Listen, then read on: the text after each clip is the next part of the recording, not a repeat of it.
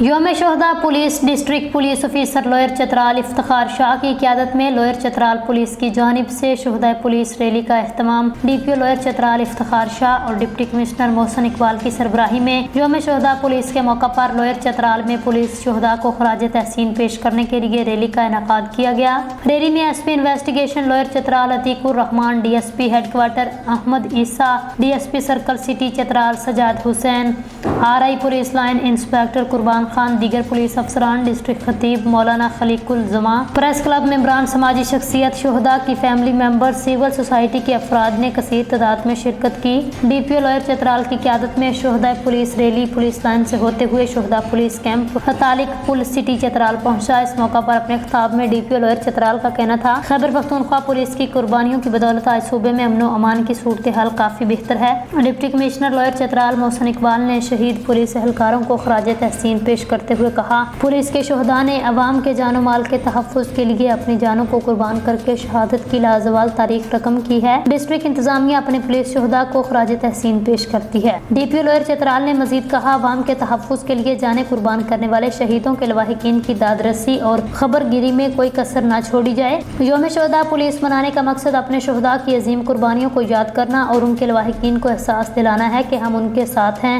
شعبہ اطلاعات و تعلقات عامہ، ڈسٹرکٹ لوئر چترال پولیس۔